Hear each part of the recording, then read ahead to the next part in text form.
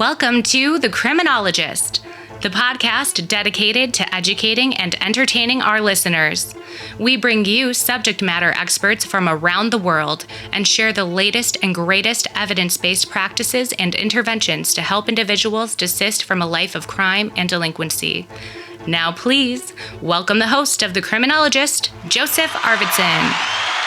Hello and welcome to episode 194 of the Criminologist Podcast. Happy to have you all with us today. This week, we pick up with part 2 of our special Year in Review series. I'm Joseph Arvidson, and we are back with more enlightening stories and profound insights from a diverse array of criminal justice experts. We start off with Kagan Carey joining us from the United Kingdom. As co-founder of Rise of Happiness and co-host of the Evolving Prisons podcast, Kagan shares her journey from practitioner to reformist. We delve into her global experiences, the value of building resilience, and her take on the Norwegian prison approach, and the challenges of organizational change in criminal justice. From the front lines of Kyiv, Margarita Potsailuiku of Ukraine's Ministry of Justice talks about the incredible resilience and bravery of her team at the probation center amidst the backdrop of war. Her stories are powerful testaments to the unyielding human spirit in the face of adversity. Joining us next is Tim Chapman, a visiting professor at the University of Strathclyde and a luminary in criminology. Our conversation spans a range of international perspectives and expert insights that are reshaping the field of criminology. We are also honored to feature Glenn Martin, whose journey from Rikers Island to a prominent advocate for prison reform embodies resilience, reinvention, and redemption. We explore his transformative experiences and his successful business leadership, challenging the notion that our past defines our future. Paul McNamara, author of The Criminal Class, Memoir of a Prison Teacher, brings us a unique perspective from Australia, discussing the transformative power of education within the prison system and sharing his captivating experiences behind bars. Jackie Dunn, founder of Data for Change, joins us to discuss the intersection of data science and social justice, fueled by her personal journey through the criminal justice system.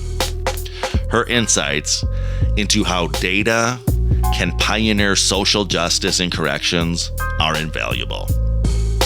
We also feature a conversation with Marcus Hodges, President-elect of APPA, the American Probation and Parole Association, exploring the evolving role of probation officers as change agents, the use of artificial intelligence, and the Dreyer assessment in probation.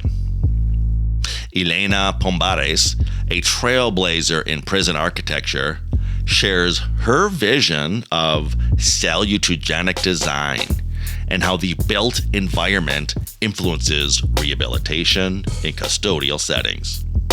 While Jane Mulcahy from the University of Limerick discusses the link between the nervous system and behavioral responses in probation practice. Our episode also includes the first part of an extraordinary interview with Bill Ananra, tracing his journey from heroin addiction to redemption and his impactful initiatives post-release. Finally, we are joined by Professor Deborah Ketzel from John Jay College of Criminal Justice. In a captivating discussion, we explore innovative court systems, the effectiveness of cognitive behavioral interventions, and the impact of global perspectives in shaping correctional practices. Her insights, combined with our mutual anticipation for the upcoming 6th World Congress on Probation and Parole in The Hague, underscore the dynamic and evolving nature of criminal justice and probation. As we bring this year to a close, we are reminded of the rich tapestry of stories, experiences, and expertise that have graced our podcast. From resilience in the face of adversity to innovative approaches in criminal justice, our guests have provided us with a wealth of knowledge and inspiration. So, as we look forward to the new year, let's carry these insights with us, continuing to learn, grow, and advocate for positive change in the world of criminal justice. Tune in for an episode that promises to be as enlightening as it is inspiring, and join us on this journey through the complexities of criminal justice and rehabilitation. Merry Christmas and a Happy New Year to all of us from the Criminologist Podcast. Stay tuned for more thought-provoking conversations and ideas in the years ahead. And now, kicking off this year-end special, just a taste of my amazing conversation with Kagan Carey, joining us all the way from the United Kingdom.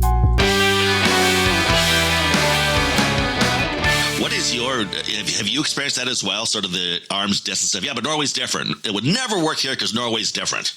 Oh my goodness, yes. In all sorts of forums. I gave a talk to the Scottish Prison Service not too long ago, and some of the people who were part of it, they felt like that. Even there was one particular person in my own research, a prison officer, who felt like that they're different. And when I speak to people in the public, they say the same, we're different. But my answer is always, it doesn't matter if we're different. You don't need to be an egalitarian state to treat somebody with respect, and you don't need to care about somebody and want them to grow. It doesn't take a ton of money for somebody to sit down with somebody and really help them see their own potential. That just takes somebody who's genuinely passionate about making a difference. Exactly, Kagan. Let's not fall into this trap of thinking that these initiatives all need a boatload of money to get them started. Sometimes it starts with just those handful of individuals willing to make a difference. Our next highlight features the remarkable Margarita Poceluiko from Ukraine's Ministry of Justice. In her full interview, Margarita shared her extraordinary experiences working at the probation center in Kyiv, set against the backdrop of conflict and adversity. Her story is not just about the challenges of delivering justice services in times of war, but also a testament to the resilience and bravery of her team. Margarita's perspective provides us with a unique and poignant look into human spirit's capacity to persist and thrive even under the most challenging circumstances. Her dedication to continuing pretrial and probation services amidst turmoil is an inspiration. Let's listen to a bit of Margarita as she gives us a glimpse into her world, shedding light on the incredible strength and determination it takes to serve justice-involved clients in such demanding conditions.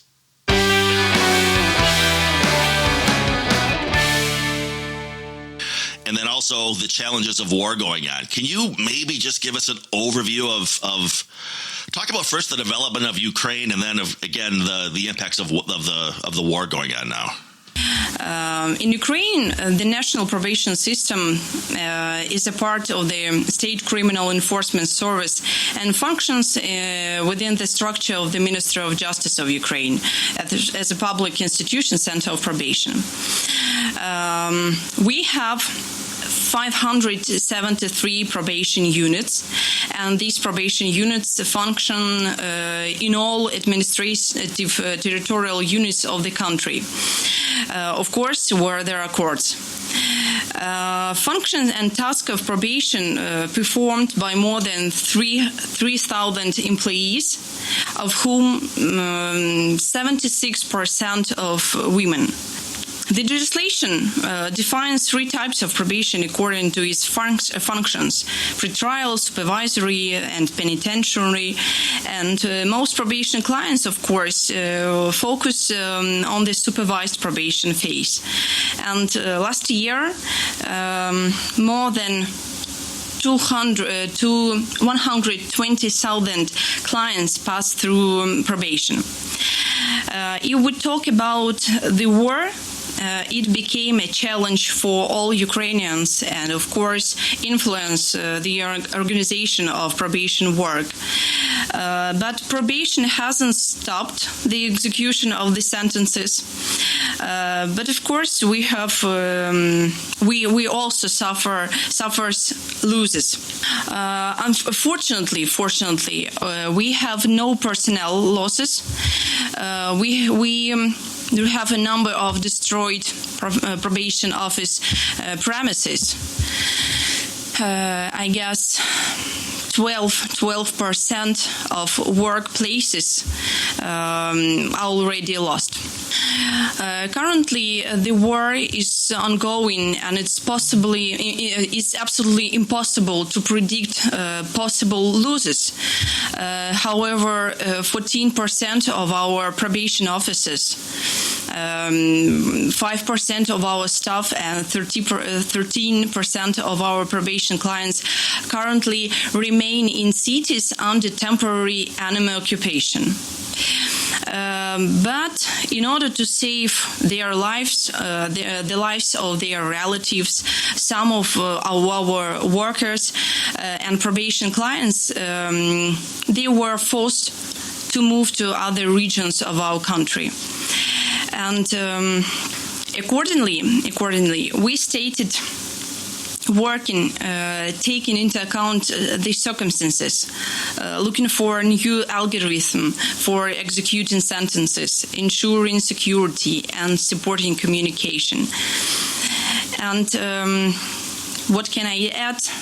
The work of probation in the conditions of war forced us to look at the issue of probation through the prism of challenges. Some of these challenges are not new, but in the conditions of war, they have become very relevant. It's safety of staff and clients of probation, it's protection of personal data and preservation of material values, it's stable communication between staff and clients, also mobility of technical means for personnel work. And of course, it's restoring the functionality of probation, some workplaces.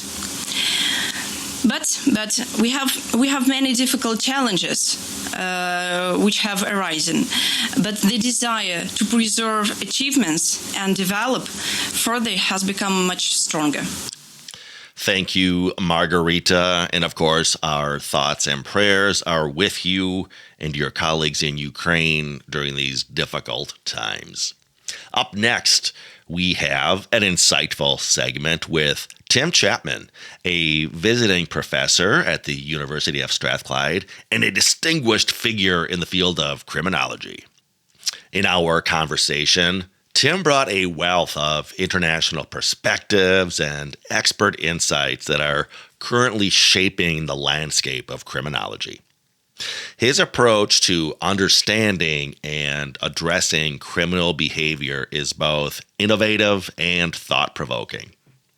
Today, we'll hear a bit of Tim's discussion regarding the evolving nature of criminological research and its practical implications in the real world.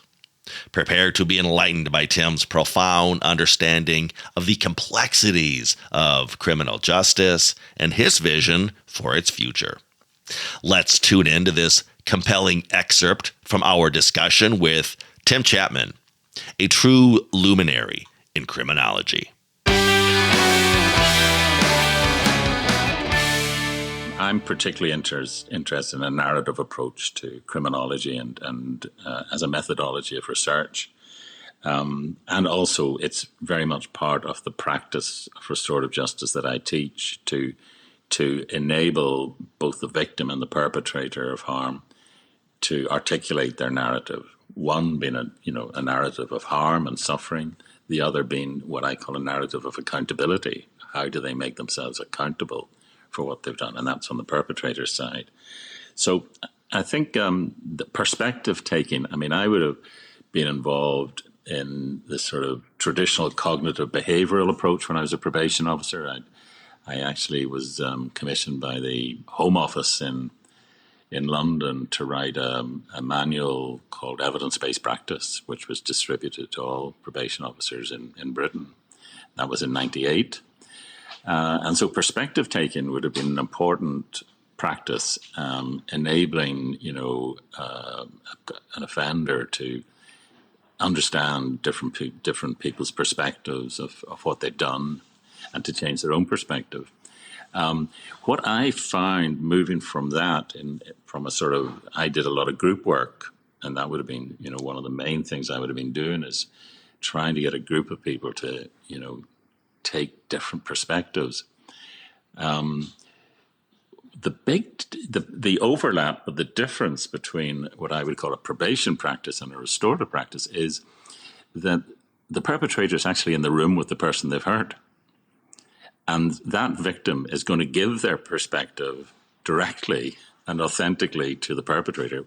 It doesn't need the probation officer to try and get the offender to imagine somebody else's predicament and imagine how their actions harm somebody.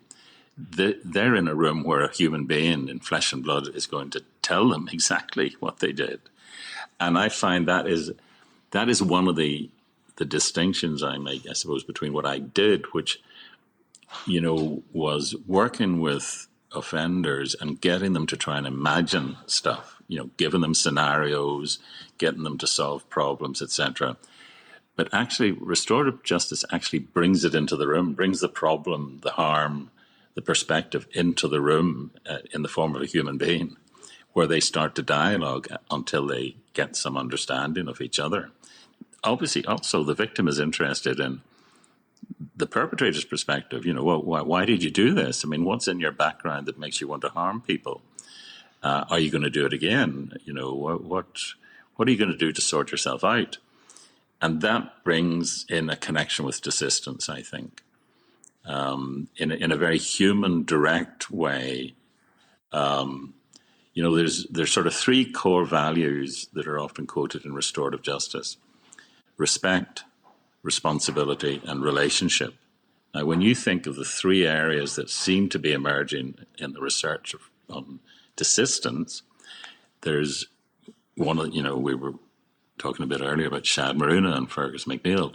They would say, partly desistance is about growing up, becoming mature, realizing you've got responsibilities. So I think that responsibility thing that restorative justice can sort of nurture and cultivate in a person connects with becoming a mature citizen and realizing you can't just run about like you did when you were 17, taking drugs and, doing whatever you like. You've got to take on some responsibility. The relationship thing is obviously connected to a lot of the theories about, social bonding, having a stake in society, having a stake in your future, having a relationship you care about more than just your selfish ends, and having a job, just connecting, because as we know, quite a lot of perpetrators burn a lot of bridges and become more isolated in society and more dependent on crime for that reason. And finally, the respect thing, I connect with the sort of thing that Shad Maruna talks about in terms of identity change, that he talks about the condemnation script and the redemption script. And for me, respect is about redemption. It's about changing your view of yourself, your identity, who you are, your narrative. I'm not just going to be a criminal that goes in and out of jail, even though I think I can handle that. This is not the life I want. And so I think these connections between the restorative idea and the desistance idea has not been fully exploited in my view. I think there's work to be done there in terms of research and developing, coherent practice models that knit these things together. And that would be one of my dreams for probation. Great insights there from Tim Chapman. I love it when anyone starts talking desistance on the program. I encourage you to go back, listen to that full interview with Tim Chapman. Okay, next up is a segment from our profound interview with Glenn E. Martin, a figure whose life story is a remarkable narrative of resilience, reinvention, and redemption.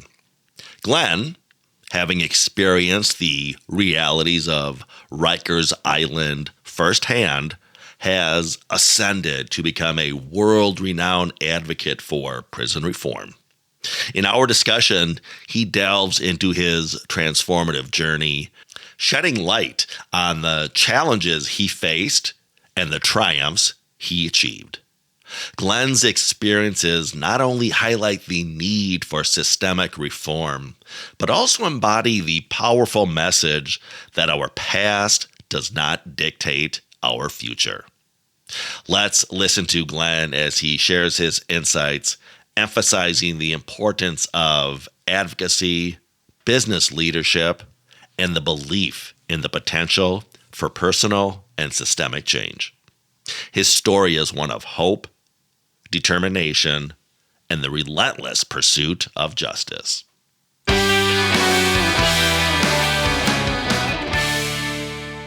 The data shows that one's criminal history is really only predictive for about a period of 5 years. And after that, it doesn't really predict. It's just a wash after that. The question should not be, do you have a criminal record, but rather, how long ago was your period of offending? Because it carries an inordinate stigma for folks trying to reintegrate.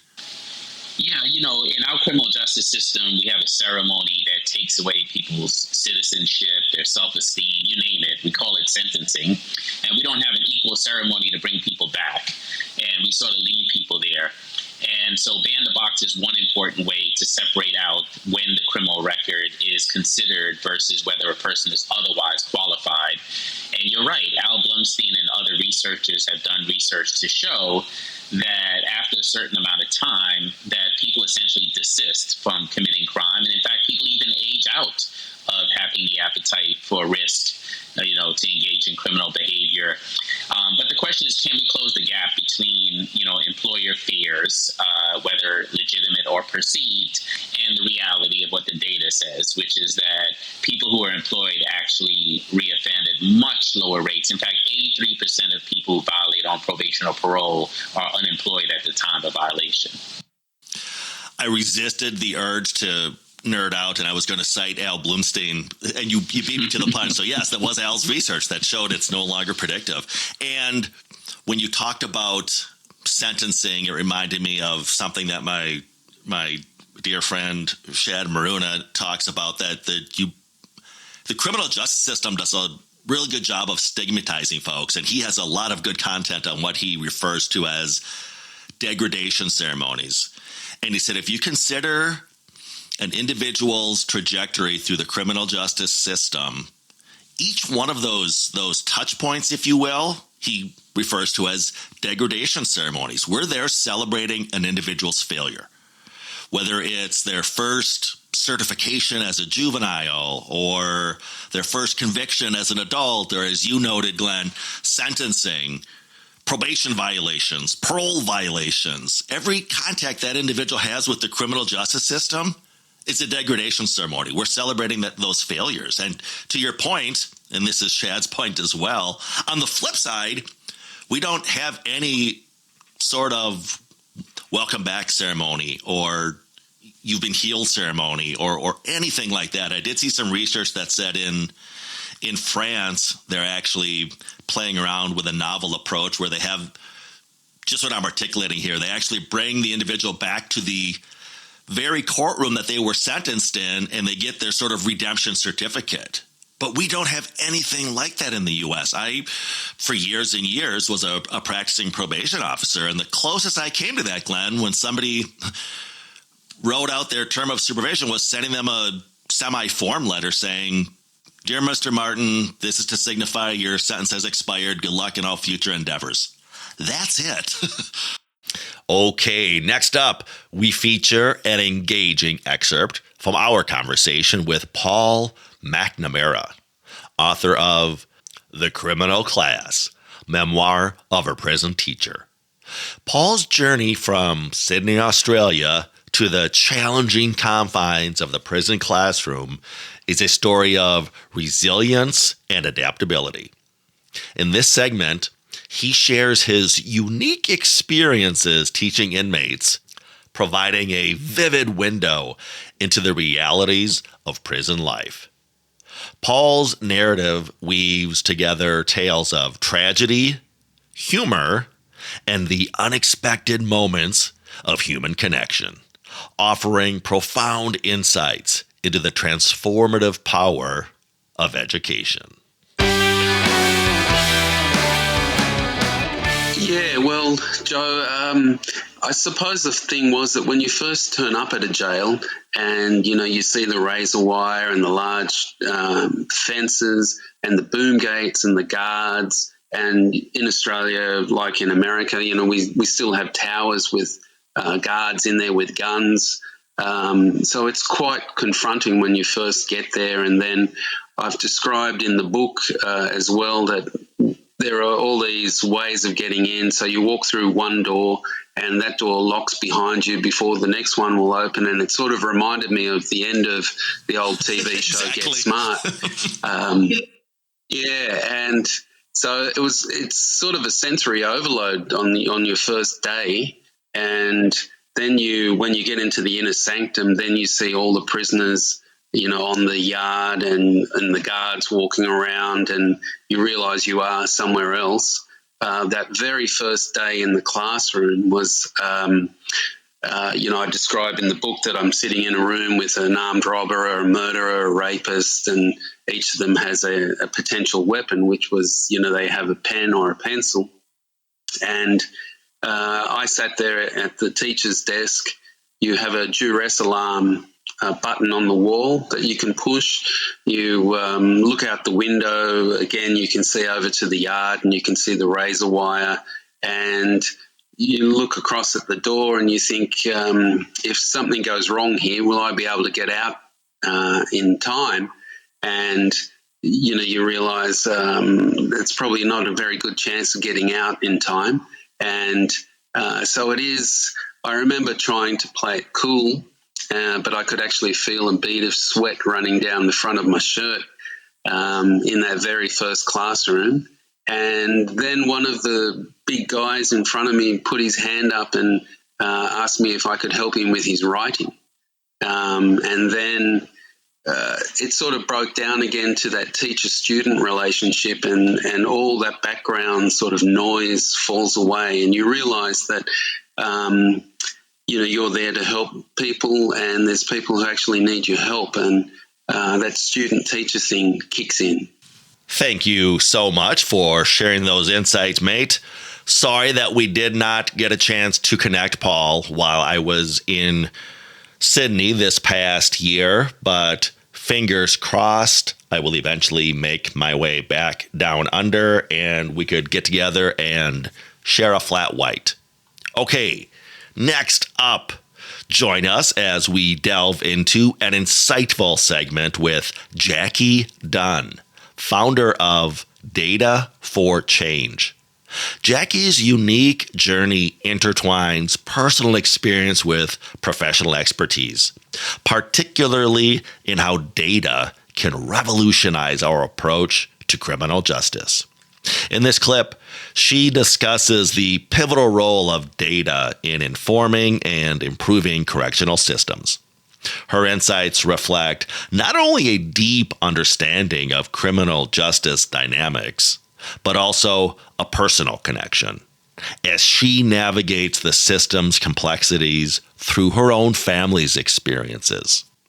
Jackie's discussion is a compelling blend of personal narrative and professional advocacy, highlighting why a data-informed approach is crucial for systemic change in corrections. Her work with Data for Change exemplifies how personal challenges can ignite a passion for meaningful reform. Listen in as Jackie opens up about her journey into advocacy, demonstrating how combining professional skills with personal experiences can lead to impactful contributions in creating a more equitable criminal justice system. Well, thanks for having me, Joe. It's an honor to be with you today. I'm a 25-year veteran of data analytics, and my love of data is strong. I have passion there, but I love people as well, so that kind of mixes well with what I've done over the past 25 years. And never had any exposure to criminal justice in any way, shape, or form. In my life, by the grace of God, wasn't a victim, wasn't an offender, didn't have any family members. I mean, literally nothing in the world of criminal justice in my experiences. And in November of 2020, my 20-year-old son, Luke, got behind the wheel, intoxicated, and drove 2.5 hours down the highway, hit a vehicle, and killed a man. Very good man, a husband, father, soldier, just horrific day, 20 years of good behavior and one bad day,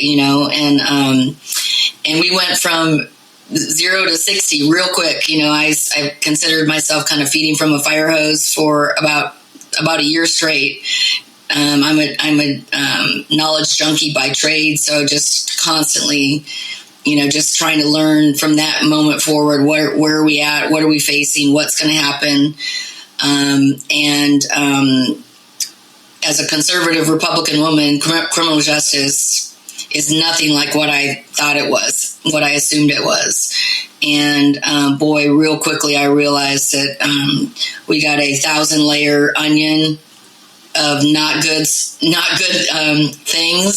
and every layer gets worse than the prior. So that's how I got into it. I'm using my data knowledge now to bring facts and kind of squash assumptions that aren't necessarily accurate, that we've had to rely on for lots and lots of years. So I don't fault some of the things that were done back in the day, because all they had to go by is what their gut instinct was. And as we know, that's just not always the case. And data is the kind of new to the party in the ability to truly, I think, change minds and kind of really understand where the issues are and what some of the possible solutions might be. Thank you, Jackie. Coming up next, we have an enlightening segment with Marcus Hodges, President-elect of the American Probation and Parole Association. In our discussion, Marcus takes us beyond conventional perspectives, challenging the traditional narratives of probation officers. He sheds light on their transformative role as change agents within the criminal justice system. Our interview also delved into the innovative use of artificial intelligence in probation and the impact of the Dreyer assessment, which focuses on both risk and protective factors. Marcus's insights are a testament to the evolving nature of probation and parole, intertwining technology, personal growth, and professional development. Let's tune in and explore how Marcus Hodges is redefining the role of probation officers and pioneering new paths in criminal justice.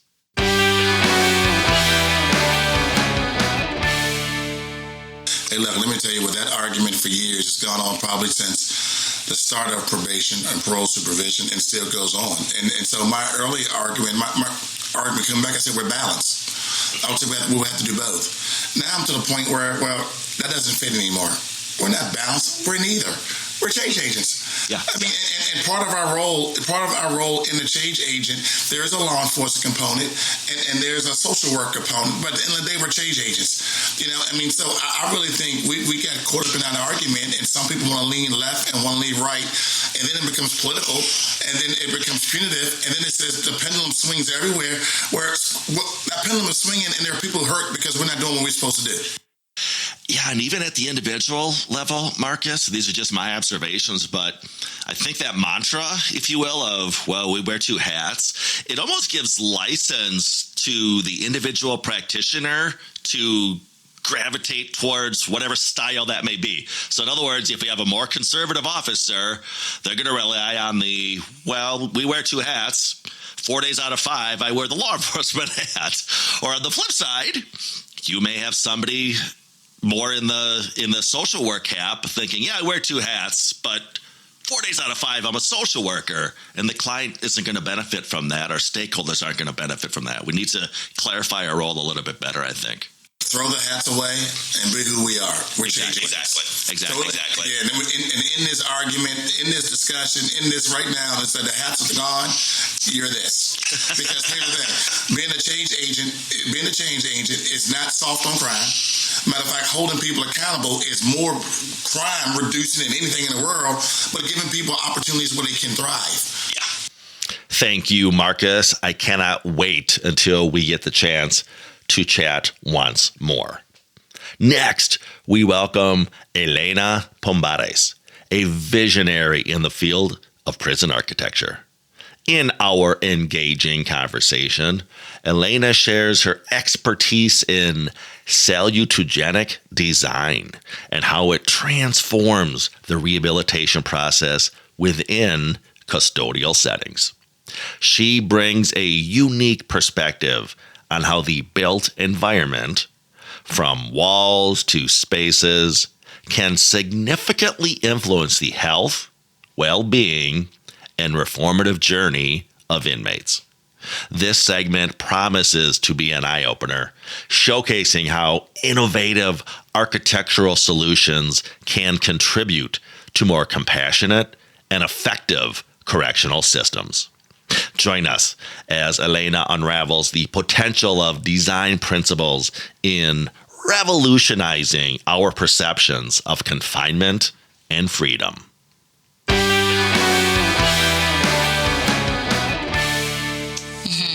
So the term salutogenic is a portmanteau of two Latin words, salus, that means health, and genesis, which is origin.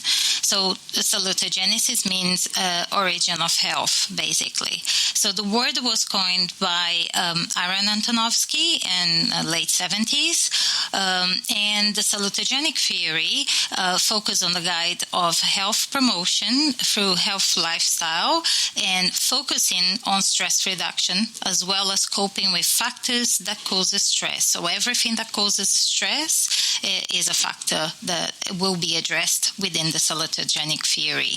So with that background information in mind, we can conclude that salutogenic architecture is simply an architecture that promotes health and well-being, right? And for all the users of any space. So in the case of prisons, that is a very particular case because more or less we all use salutogenic architecture when designing any other space. But in the case of prisons, is a different story. So it's a quite new concept. It's well known that the way prisons used to be built was to punish inmates, right?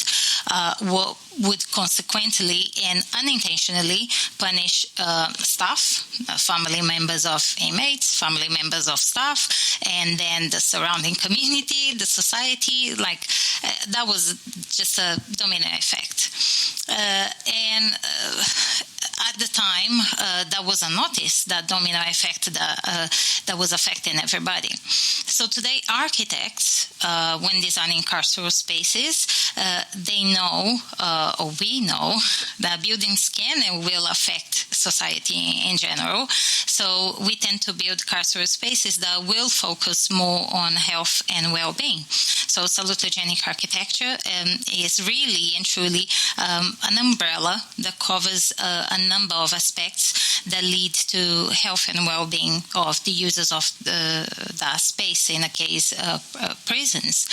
And those factors are well known and very much well used in any other kind of architecture designs, such as the use of natural light and ventilation, use of greenery spaces, or what we call ecological biophilic design, the reduction of noise. That is extremely important in the case of jails and prisons, right? Because they're very noisy environments usually. Sustainability, in the ways that the days that we're living now with the global warming situation, it is so necessary, and in many countries it's now law that we all build sustainably. So most important of all is the sense of coherence of the building. Is what it gives to the users of the space, which is the core concept of the salutogenesis theory. So it's the sense of coherence reflects a person's view of life and their capacity to respond to stressful situations. So we need to have that into consideration when we build any space, especially prisons. Thank you, Elena, for appearing on the podcast. I so appreciate you. Next, join us as we delve into a fascinating segment with Eva Rivers, a dynamic professional whose career spans public safety research, higher education, and legal psychology. Eva brings a unique blend of expertise to the table, merging criminology and psychology with a focus on data-driven approaches in criminal justice. In this clip, she discusses the importance of evidence-based practices and her experiences as a scientist at Multi-Health System, a seasoned lecturer, and a PhD student. Eva's multifaceted perspective offers invaluable insights into the complexities and challenges within the criminal justice landscape. We explore how her work at the intersection of various disciplines is contributing to a deeper understanding and more effective practice in public safety. Listen in as she shares her journey and sheds light on the multidimensional facets of criminal justice, highlighting how research and education play crucial roles in shaping the future in this field.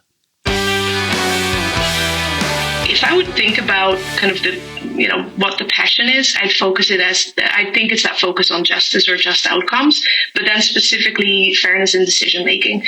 Like when I now think back of what I've been doing in my undergrad thesis and my master's and now at MHS, it's all about how do we help people make fair decisions, especially in high stake situations or contexts. Which is what I love about MHS. I'm an LSCMI master trainer, so I've got a long, good relationship with the folks at MHS. As a public safety research scientist there, can you maybe share how, and you alluded to this, how evidence-based assessments and technology solutions are really kind of, well, they have been changing the landscape and continue to do so, changing the landscape of public safety and criminal justice. And like you said, some of those really high profile decisions, for lack of a better term. Yeah, for sure. So I think when we think about evidence-based assessments, people throw evidence-based around quite a lot, right? But what it really means to me is there's some consistency in decision-making. And I think with that, my hope is, and to some extent that's what we find, comes bias reduction because, we used to have more unstructured professional judgment. And of course, there's a place for that. There's room for that. But, we don't always get it right if we are going by stuff we've done in the past and we make little mental shortcuts. So So I think the consistency of being able to think, okay, if we all do this the same way, then we can research whether we're getting it right. We can look at our outcomes. So, you're not just seeing that in public safety. I think measurement-based care is a really good example where we think about perceived change versus actual change. It's a really good way to kind of move beyond what we're thinking is happening and actually try to think about, is that what is happening? So I think it's that consistency and bias reduction. You asked about technology solutions, I think. That's twofold. I think there's time saving for practitioners for sure. So, of course, I'm coming from the assessment area, but if you'd have to hand score those assessments, set reminders for 6 months later, remember kind of how you're supposed to score things. Like if I'm doing this, then I should be answering this question, so and so. That can be automated for you, so that's quicker. But I think for clients, it could also be accessibility.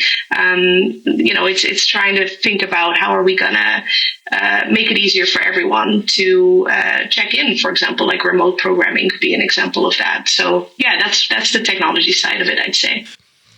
Coming up, we have a segment with Jane Mulcahy, a dedicated research fellow from the University of Limerick. In our enlightening conversation, Jane delves into the crucial link between the nervous system and behavioral responses, enlightening us on how this understanding can significantly enhance probation practices. Jane's work illuminates the impact of psychological responses on rehabilitation and emphasizes the importance of nervous system awareness as a tool for developing profound rehabilitation strategies. Listen as we unpack her insights and advocate for a more compassionate approach to supervision, aligning perfectly with our TIDES model, our trauma-informed desistance program model, that is, which regular listeners of the podcast have heard us talking about. This segment promises to be a journey into the heart of probation innovation, where cutting-edge science meets deep empathy. Join us to discover how these insights lead to more effective and humane approaches in probation and parole.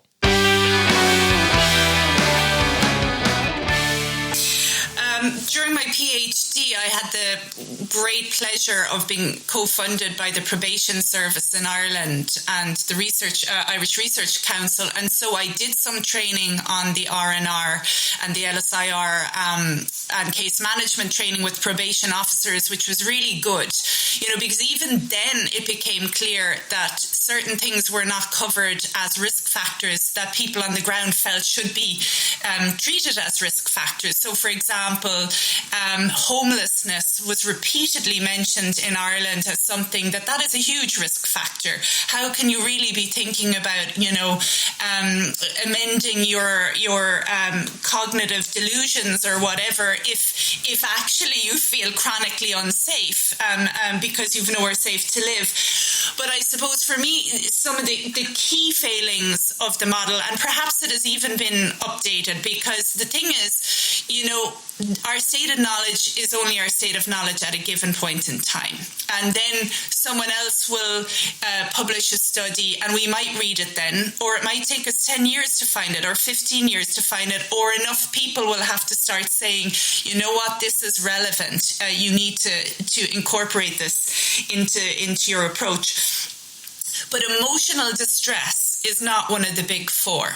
And I think that is a problem, because we are emotional beings. And if we are emotionally dysregulated, even the most brilliant, rational person is not rational anymore, or not to the same degree. Their capacity to think about their behavior, what they're saying, even to learn new things. If I'm in a course and something really bad happens beforehand and I'm fighting with my husband, or I get told off by my boss and I feel insecure and dysregulated, I'm not going to be able to process the information in the same way. And that's as someone, who's quite privileged.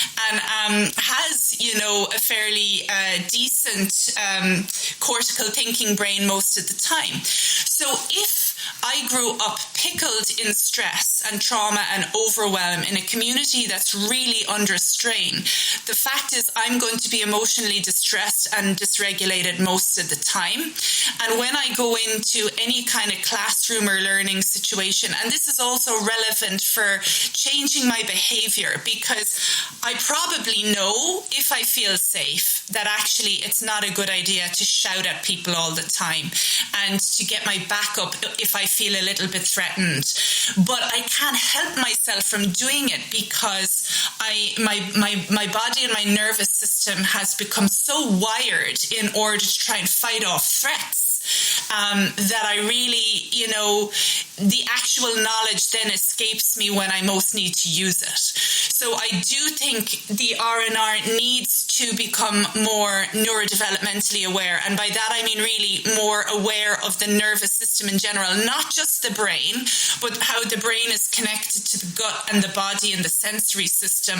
And if I'm getting these messages of threat because I've grown up in a highly dangerous family and community environment with maybe racism all around me, I'm going to be feeling on edge constantly.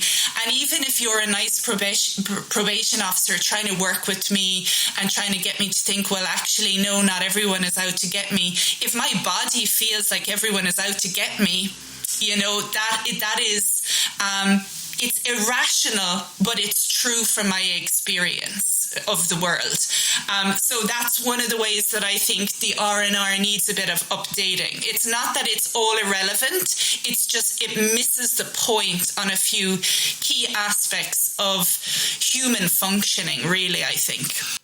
If you were listening to Jane and reflecting on her thoughts around perhaps dusting off the risk, need, responsivity framework and infusing a bit more knowledge around the functions of the human nervous system, I have good news for you. We are going to talk about our innovative TIDES model, short for Trauma-Informed Assistance, developed by my dear colleague, Nicole Kimberly Staley, and I.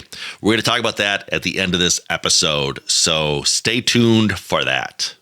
Next, we are sharing a segment from our interview with Billa Nanra. Billa's life story is one of stark contrast and profound transformation. From enduring a 22-year battle with heroin addiction and experiencing the harsh realities of the British prison system, to his inspiring journey towards redemption and community contribution. Billa shares his raw and honest account of a descent into addiction and incarceration, and the defining moment of discovering the peace education program in prison. This turning point ignited a journey of self-discovery and change, leading to his remarkable efforts in giving back to society post-release. We explore how Billa's initiatives, including his impactful Slaying the Dragon video and his engagements with at-risk youth, demonstrate his deep commitment to generativity, the concept of contributing positively to society as a means of personal redemption. Tune in to this segment for an inspiring tale of transformation, resilience, and the power of hope and human potential.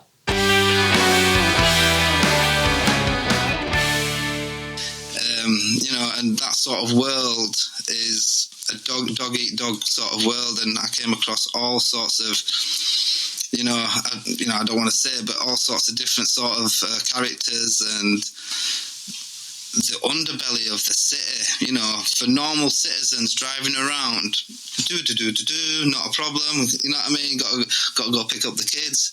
But me, even when I was in cars with like guns or whatever it may be, trackers for cars, and I even got scared and I thought, wow, the guns, the drugs, the kidnappings, all sorts of, goes right in your communities, and you're unaware of it because you're a law-abiding citizen.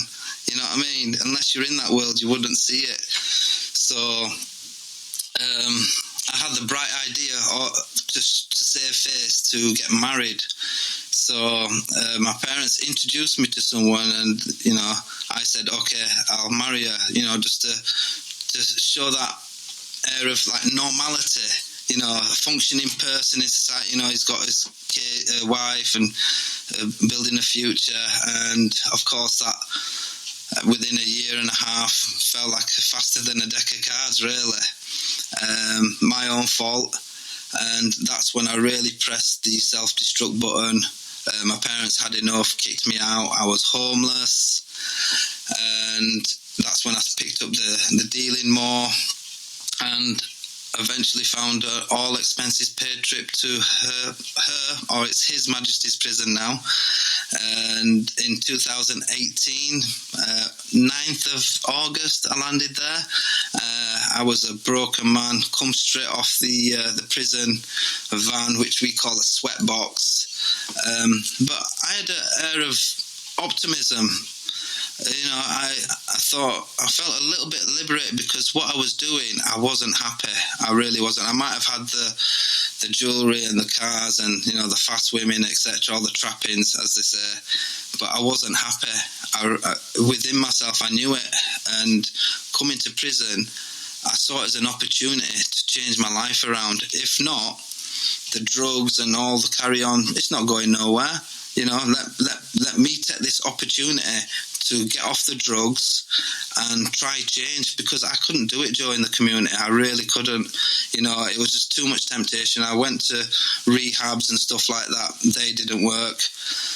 But when I came to prison, I had my mind switched on. In a lot of ways, I didn't have a girlfriend. I didn't have to worry about losing a house or a job or anything. I just had this focus on just trying to change my life around. And I remember sat on C-wing, which we call Beirut for obvious reasons.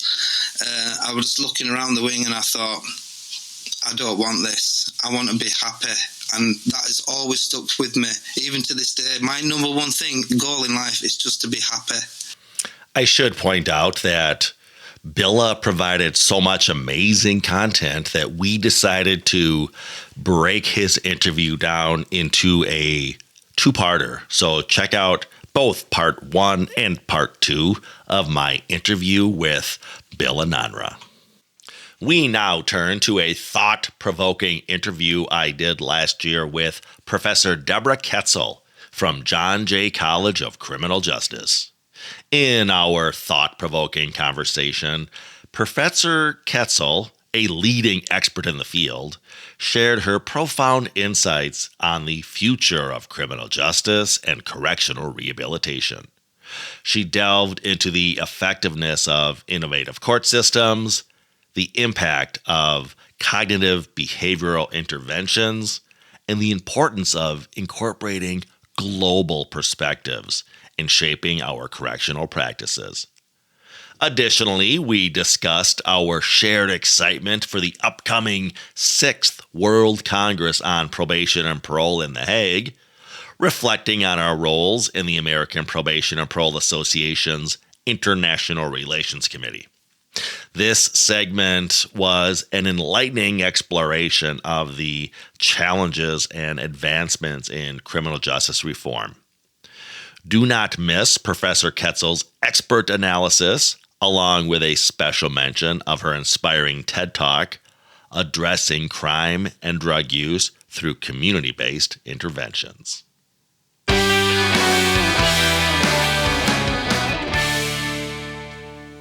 The international stuff has been really fascinating, and I feel like it's a privilege to be able to go and do work in these other countries and learn about their systems. Most of my research at this point has been in Central America, El Salvador, Honduras, Guatemala, and Panama, as you mentioned.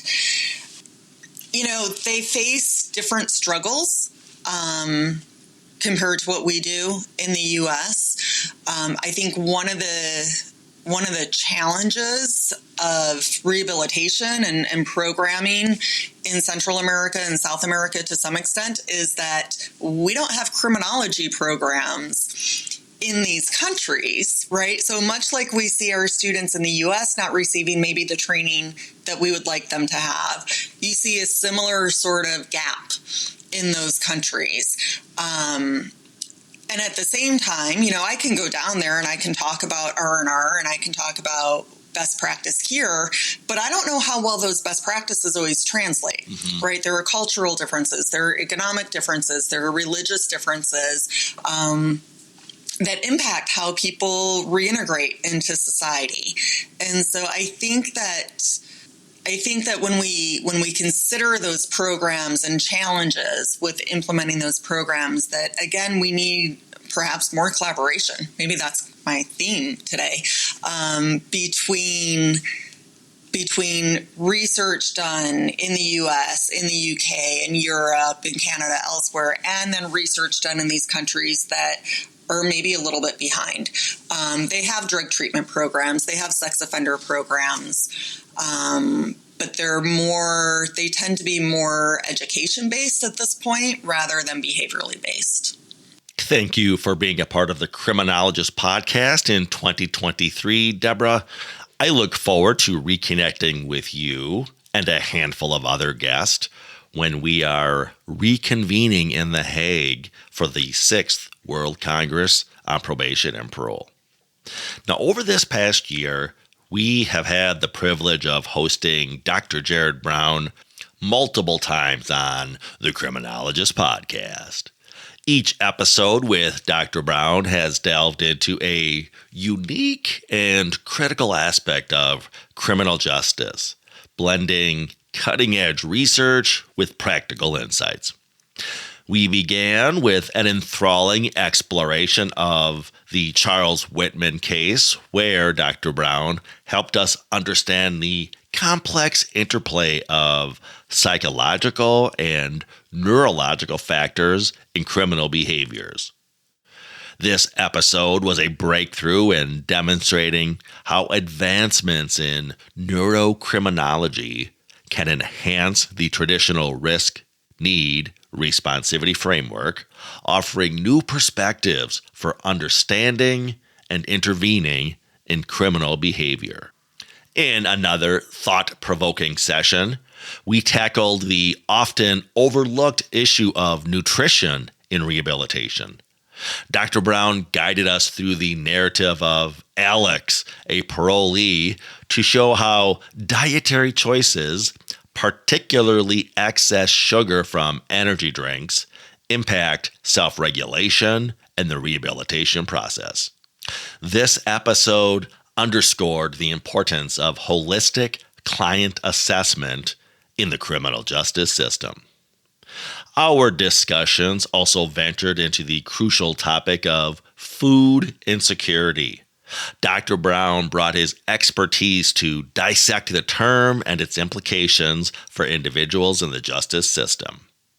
We navigated the challenges posed by food deserts and swamps, highlighting how these contribute to the cycles of poverty and recidivism. Lastly, we delved into the complex world of serial killers. Dr. Brown's insights demystified common myths and shed light on the role of neurocriminology in understanding these individuals. We explored the significance of attachment disruption and trauma in the formation of criminal behavior, providing valuable knowledge for practitioners in criminal justice and human services. Each episode with Dr. Jared Brown has been an enlightening journey into the intersection of criminal justice, health, and human behavior.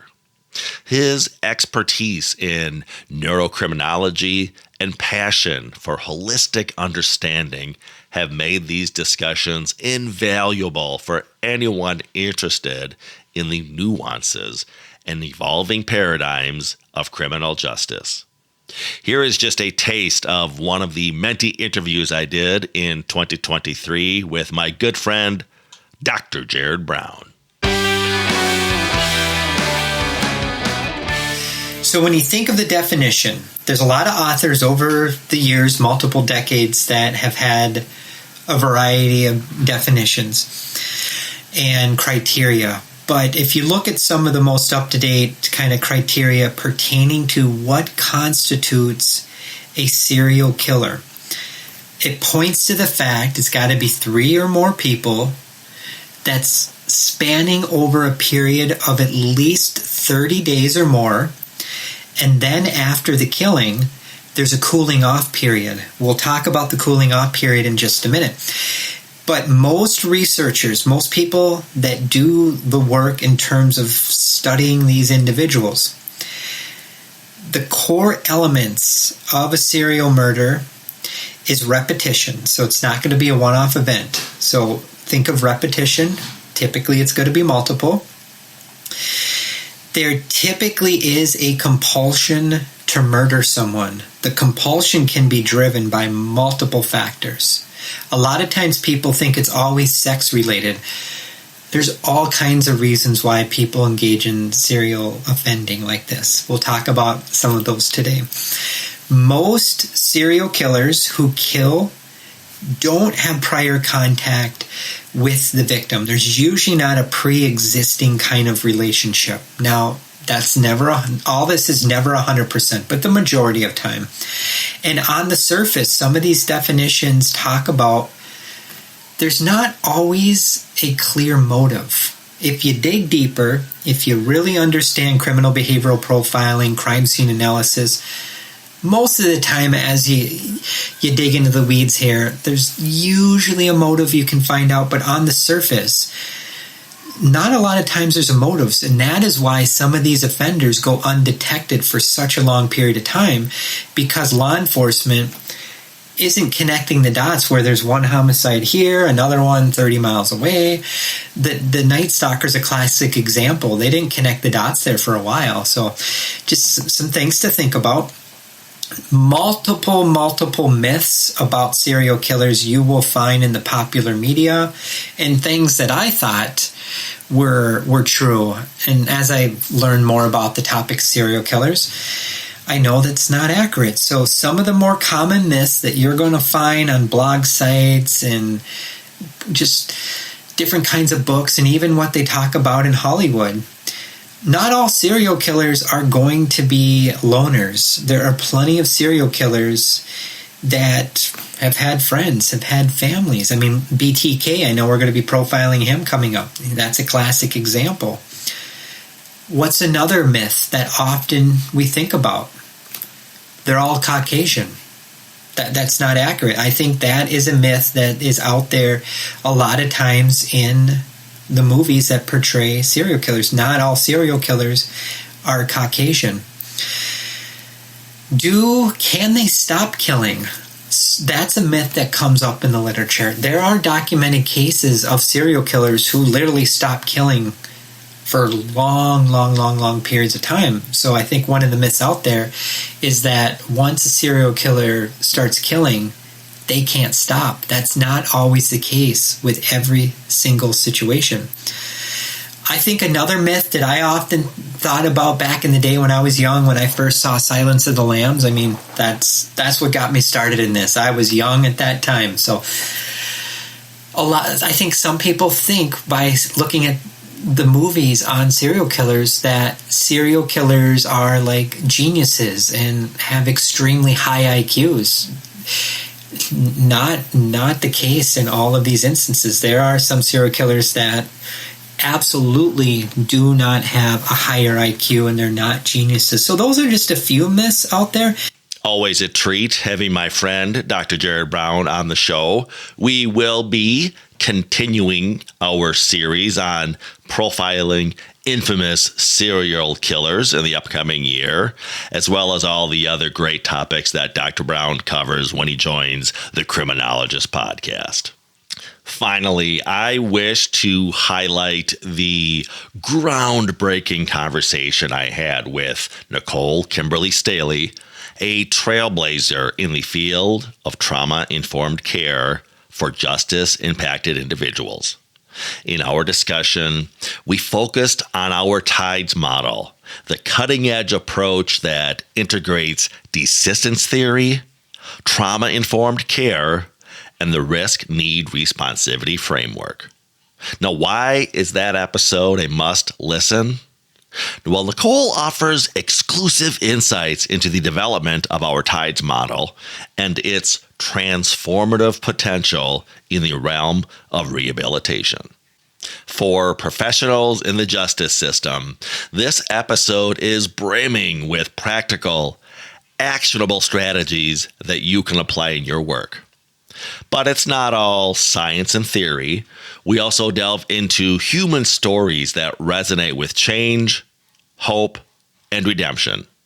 These real-life narratives bring to life the impact and importance of our TIDES model in fostering positive outcomes.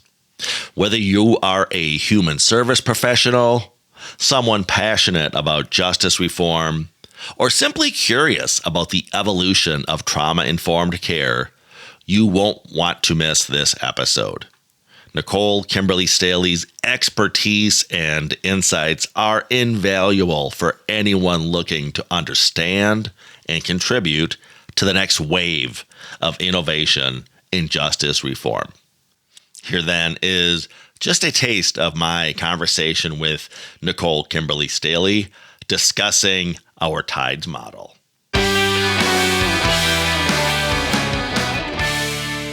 You and I both have similar backgrounds, right? Very rooted in the R&R framework, risk needs responsivity. Lots of training from both of our perspectives on those core principles. I'm absolutely continue to be invested, especially in the cognitive behavioral work that we do. So I know we both see the value in that work. But I think we both had kind of similar journeys along different paths of also wanting to address some of the pieces that are missing from that framework. So for me, I took that route along that trauma-informed work. I described some of my early work and kind of how it changed my perceptions. Went on to do that work working not just with the women at the facility, but with men and boys and girls in a lot of different settings, and continued to see the change for both the clients and the professionals working with them that a trauma-informed perspective can have, right? Interestingly enough, to me, and when you and I talked, you took a similar journey, and correct me if I'm wrong, through the kind of road of desistance and seeing the difference that when you applied some of those desistance principles. And again, for both the professionals that you train and support and the clients that are working. And the fun thing was we saw so many common themes, right? Yeah, I had the exact same experience as you did, but rather from my desistance lens. Again, we both started out foundationally and still believing in the risk need responsivity framework. But when I started looking at the desistance literature, which again looks at those pathways out of crime, and the more I talked to you and others about trauma-informed care, those same usual suspects kept popping up, which we're going to talk about here shortly when we talk about the 4 components of our TIDES model. And of course, if you are intrigued as to the TIDES model, I encourage you to listen to that full episode and or reach out directly to Nicole or I. As we draw to a close on this special highlight episode of the Criminologist Podcast, I want to extend a heartfelt thank you to each and every one of our incredible guests who have joined us over the past year. Their insights, stories, and expertise have not only enriched our understanding, but also challenged and expanded our perspectives on criminal justice and rehabilitation. A special thank you to all of our guests from 2023. Their contributions have been a beacon of hope, inspiration, and change in the field of criminology. They remind us that at the heart of criminal justice work lies the power of human resilience, the necessity for innovative approaches, and the unyielding pursuit of fairness and rehabilitation. Looking ahead to 2024, we are thrilled to announce that we have an exciting lineup of guests already scheduled to join us. We cannot wait to bring you more engaging discussions, diverse perspectives, and insightful explorations into the ever-evolving world of criminal justice. As we continue this journey together, let's keep the conversations going, keep pushing the boundaries of our understanding, and work towards a more informed and compassionate justice system. Remember, every story we share, every discussion we have, adds another piece to the complex puzzle of criminal justice.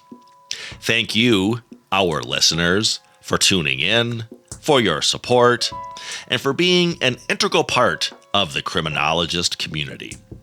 Your engagement and feedback drive this podcast forward. If you enjoyed this episode, please share it with others, leave a review, and help us continue to spread these important messages. Here's to another year of learning, growth, and impactful conversations.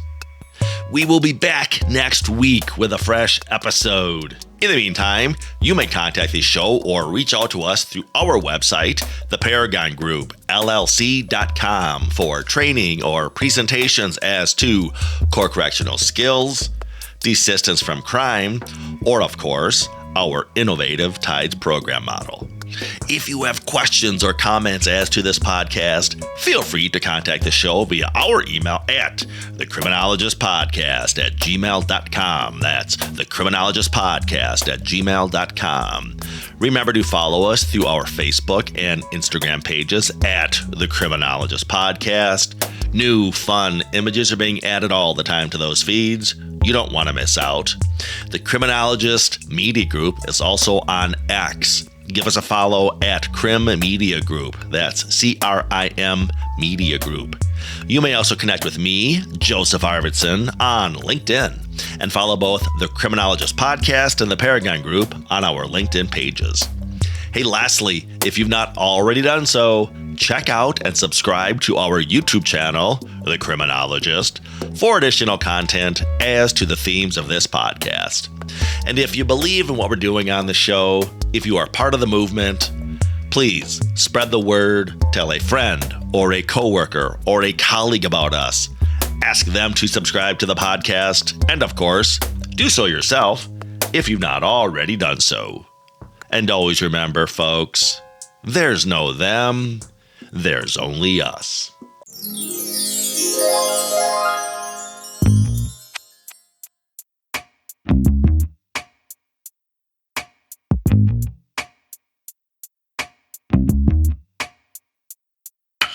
People often ask, hey, what drives crime? And they seem to get it wrong most every time. It's not because they're evil or just bad actors. Nope, it's about criminogenic factors. Criminogenic, it means crime generator. Now let's take a ride on the knowledge elevator. Criminogenic, it means crime generator. We'll start at the bottom with the lowest correlation. The more we advance, start thinking causation. No hobbies in your life? Lots of free time? Not a huge indicator, but it could lead to crime. With work or school, did you get very far? If you loved them both, give yourself a gold star.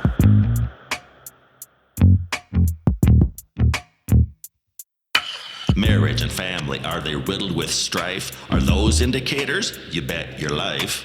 Alcohol and drugs, misuse and abuse. There's a link to crime if you really let loose. Criminogenic, it means crime generator. Rely on the science, don't be a spectator.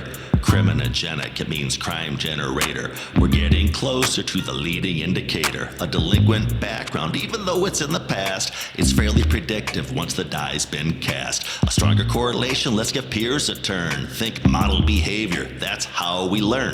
Just two more left, and they're both about thinking. Positive or negative, which Kool-Aid you drinking? Personality pattern, your orientation are the biggest drivers of crime causation. Criminogenic, it's what drives crime. If you ever forget, just use this rhyme. The Criminologist Podcast is a production of the Paragon Group, LLC. For speaking engagements, interviews, program design, or training opportunities, please visit us at theparagongroup.llc.com. If you enjoyed the show, you can find more content and videos on our YouTube channel, The Criminologist. Don't forget to like and subscribe. Both the Criminologist Podcast and the Criminologist channel are brought to you by the Criminologist Media Group. Be sure to give us a 5-star review, and thanks for listening.